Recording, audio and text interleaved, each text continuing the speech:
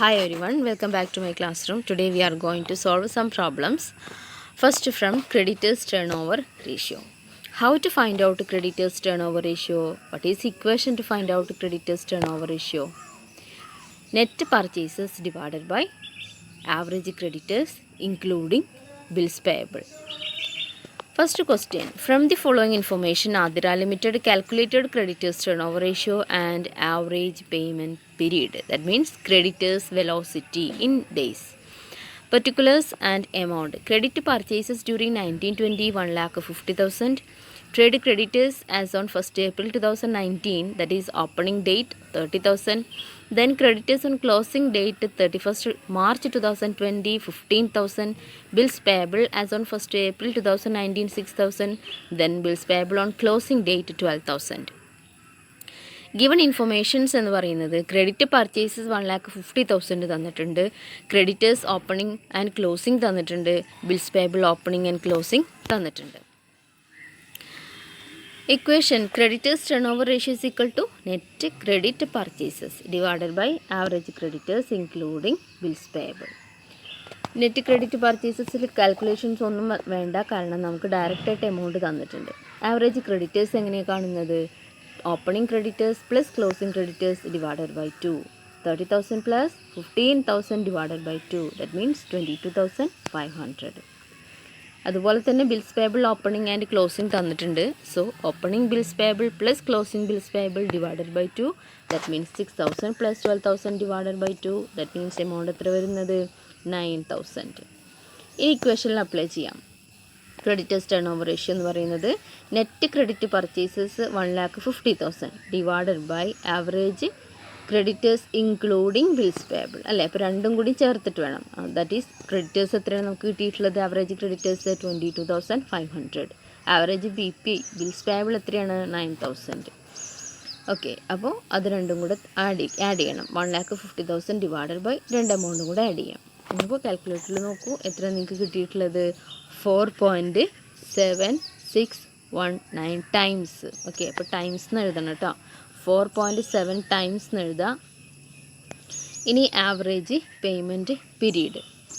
Average payment period എന്ന് പറയുന്നത് ഒരു 1 ഇയറിൽ 365 ഡേയ്സോ 360 ഡേയ്സോ നിങ്ങൾക്ക് എടുത്ത് ചെയ്യാവുന്നതാണ്. മന്ത്സ് ആകുമ്പോൾ 12 മന്ത്സ് തന്നെ ചെയ്യണം. Divided by creditors turn over ratio ആണ്. ഇപ്പോൾ 360 വെച്ചിട്ടാണ് നമ്മൾ ചെയ്യുന്നതെങ്കിൽ 360 ഡിവൈഡഡ് ബൈ എത്രയാണോ നമുക്ക് ക്രെഡിറ്റേഴ്സ് ടേൺ ഓവർ റേഷ്യോ കിട്ടിയിട്ടുള്ളത് 4.7619 എന്നാണ് കിട്ടിയിട്ടുള്ളത്. അപ്പോൾ റൗണ്ട് ചെയ്യുമ്പോൾ 4.8 അല്ലേ. അപ്പോൾ 4.76 എടുത്ത് ചെയ്താലും കുഴപ്പമില്ല, റൗണ്ട് ചെയ്തെടുത്താലും പ്രശ്നമില്ല. 75 ഡേയ്സാണ് വരിക. ഇപ്പോൾ ക്രെഡിറ്റേഴ്സ് ടേൺ ഓവർ റേഷ്യോ നമ്മൾ ഡേയ്സിലല്ല എഴുതുന്നുണ്ട് കേട്ടോ. അത് 5 ഡേയ്സ് ബ്രാക്കറ്റ് കൊടുത്തിട്ടുണ്ട്. നിങ്ങളത് 4 ടൈംസ് എന്ന് എഴുതിയാൽ മതി. ഓക്കെ, കൺഫ്യൂഷൻ ഉണ്ടാവില്ല. 4 ടൈംസ് തന്നെ എഴുതിയാൽ മതി. ഡേയ്സ് നമ്മൾ കാൽക്കുലേറ്റ് ചെയ്യുമ്പോൾ 75 ഡേയ്സിന് ചെയ്യാം. ഓക്കെ അല്ലേ. അപ്പോൾ ഇവിടെ നമുക്ക് ആവറേജ് ക്രെഡിറ്റേഴ്സും കാണേണ്ടി വന്നു, അതുപോലെ ആവറേജ് ബിൽസ് പേബിളും കാണേണ്ടി വന്നു. അവിടെ പർച്ചേസസ് നമുക്ക് എന്ത് ചെയ്തിട്ടുണ്ട്? ഡയറക്റ്റായിട്ട് തന്നിട്ടുണ്ട്. വേറൊരു ക്വസ്റ്റ്യൻ നമുക്ക് നോക്കാം. Calculate creditors turn over ratio and average payment period from the following information. Total purchases ആണ് നമുക്ക് തന്നിട്ടുള്ളത്. ടോട്ടൽ പർച്ചേസസ് 5 lakh ആണ്. ക്യാഷ് പർച്ചേസ് ആണ്. നെക്സ്റ്റ് തന്നിട്ടുള്ളത് 65,000. അപ്പോൾ നമുക്ക് വേണ്ടത് എന്താണ്? ക്രെഡിറ്റ് പർച്ചേസസ് ആണ്. ഓക്കെ, അപ്പോൾ ക്രെഡിറ്റ് പർച്ചേസ് കിട്ടണമെങ്കിൽ എന്ത് ചെയ്യണം? ടോട്ടൽ പർച്ചേസിൽ നിന്ന് ക്യാഷ് പർച്ചേസ് ലെസ് ചെയ്യുക, ക്രെഡിറ്റ് പർച്ചേസസ് കിട്ടും. റിട്ടേൺ ഉണ്ടെങ്കിൽ, റിട്ടേൺ ഔട്ട്വേർഡ് പർച്ചേസ് റിട്ടേൺ ആണ്, റിട്ടേൺ ഉണ്ടെങ്കിൽ നമ്മൾ എന്ത് ചെയ്യണം? അത് ലെസ് ചെയ്യണം. അപ്പോൾ 35,000 ലെസ് ചെയ്യാൻ വേണം. അപ്പോൾ നമുക്ക് നെറ്റ് ക്രെഡിറ്റ് പർച്ചേസസ് കിട്ടും. Then creditors at the end, bills payable at the end 80,000 35,000 ആണ് കിട്ടിയിട്ടുണ്ട്. അതിൽ ഓപ്പണിംഗ് ഡേറ്റിന് തന്നിട്ടില്ല, ക്ലോസിംഗ് ഡേറ്റ് മാത്രമേ തന്നിട്ടുള്ളൂ. അപ്പോൾ നമുക്ക് എന്ത് ചെയ്യേണ്ട ആവശ്യമില്ല? ആവറേജ് കാണേണ്ട ആവശ്യമില്ല. ആ ക്ലോസിംഗ് ഡേറ്റിനുള്ള എമൗണ്ട് ആഡ് ചെയ്തെടുത്താൽ മതിയാവും. Then reserve for discount on creditors 7,000 തന്നിട്ടുണ്ട്. പക്ഷെ അത് നമ്മൾ ലെസ് ചെയ്യേണ്ട ആവശ്യമൊന്നുമില്ല, അത് കൺസിഡർ ചെയ്യേണ്ട ആവശ്യമില്ല. Take 365 days in A year. അപ്പോൾ നമ്മൾ ഡേയ്സ് കാൽക്കുലേറ്റ് ചെയ്യുമ്പോൾ 365 ഡേയ്സ് എടുത്തോളാനാണ് ക്വസ്റ്റ്യനിൽ പറഞ്ഞിട്ടുള്ളത്. അങ്ങനെ സ്പെസിഫൈ ചെയ്ത് പറയുമ്പോൾ അങ്ങനെ തന്നെ ചെയ്യാം. ഓക്കെ, നെക്സ്റ്റ് ക്രെഡിറ്റ് പർച്ചേസസ് നമ്മൾ പറഞ്ഞു കഴിഞ്ഞ് ക്വസ്റ്റ്യൻ ഡിസ്കസ് ചെയ്യുമ്പോൾ എങ്ങനെയാണ് ചെയ്യേണ്ടതെന്ന്. ടോട്ടൽ പർച്ചേസ് 5 lakh പ്ലസ് എന്ത് ചെയ്യുക? Cash purchase 65,000. അപ്പോൾ നമുക്ക് 435 കിട്ടും. അതിൽ നിന്ന് റിട്ടേൺ ലെസ് ചെയ്യുക, 35,000 ലെസ് ചെയ്യുമ്പോൾ നെറ്റ് ക്രെഡിറ്റ് പർച്ചേസസ് 4 lakh കിട്ടി. Creditors turnover ratio is equal to net credit purchases divided by average creditors including bills payable. അപ്പോൾ average creditors including bills payable നമുക്ക് രണ്ട് സെപ്പറേറ്റ് ആവറേജ് കാണണ്ട, കാരണം എൻഡിൽ മാത്രം നമുക്ക് തന്നിട്ടുള്ളൂ. അപ്പോൾ രണ്ടും കൂടെ ആഡ് ചെയ്താൽ മതിയാവും. 80,000 പ്ലസ് 35,000 1,15,000. സോ നമ്മൾ എന്ത് ചെയ്യാൻ പോവാണ്, ഇക്വേഷനിൽ അപ്ലൈ ചെയ്യാൻ പോവാണ്. Net credit purchases 4 lakh and average എന്ന് പറയുന്നത് 1,15,000. അപ്പോൾ നമുക്ക് കിട്ടിയ ആൻസർ എത്രയാണ്? 3.48 ടൈംസ്. ഇനി നിങ്ങളിതിൽ ചെയ്യേണ്ടത് എന്താണെന്ന് വെച്ചാൽ ആവറേജ് പേയ്മെൻറ്റ് പീരീഡ് കാണണം. അപ്പോൾ എഴുതാം, average payment period is equal to 365 days divided by 3.48. അപ്പോൾ നിങ്ങൾക്ക് എത്രയാണോ ഡേയ്സ് കിട്ടുന്നത് അത് ചെയ്യാം. അപ്പോൾ എപ്പോഴും creditors turn over ratio debtors turn over ratio ഒക്കെ ചെയ്യുമ്പോൾ അതിൻ്റെ ആവറേജ് പീരീഡ് കൂടെ കണ്ടുവയ്ക്കുന്നത് നല്ലതായിരിക്കും. ഓക്കെ അല്ലേ? ഇതിനകത്ത് എന്തെങ്കിലും ഡൗട്ട് ഉണ്ടെങ്കിൽ ചോദിക്കാം. Okay, next question. From the following information find out debtors turn over ratio. Particulars: credit sales 32,000, sales return 2,000, debtors 5,000, bills receivable 2,000.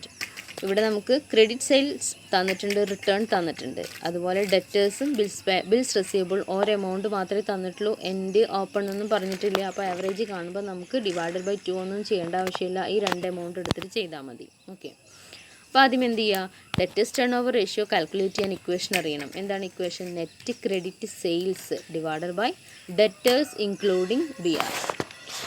Credit sale നമുക്ക് തന്നിട്ടുണ്ട്, റിട്ടേൺ ഉള്ളതുകൊണ്ട് ലെസ് ചെയ്ത് കാണിക്കണം. 32,000 minus 2,000 that means credit sale എത്ര കിട്ടി? 30,000.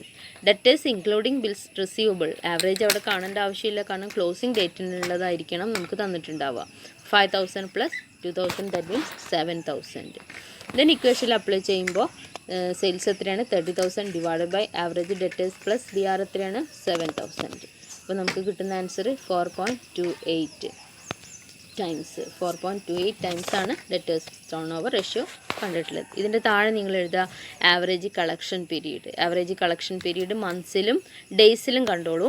12 months divided by 4.3 times. അതേപോലെ 365 days divided by 4.3 times എഴുതുക. 2 ഡേയ്സും മന്ത്സും ചെയ്യാം. ഓക്കെ, ഇനി debtors turn over ratio creditors turn over ratio രണ്ടും കൂടെ കമ്പയർ ചെയ്ത് പഠിക്കുകയാണെങ്കിൽ വളരെ ഈസിയാണ് ചെയ്യാനായിട്ട്.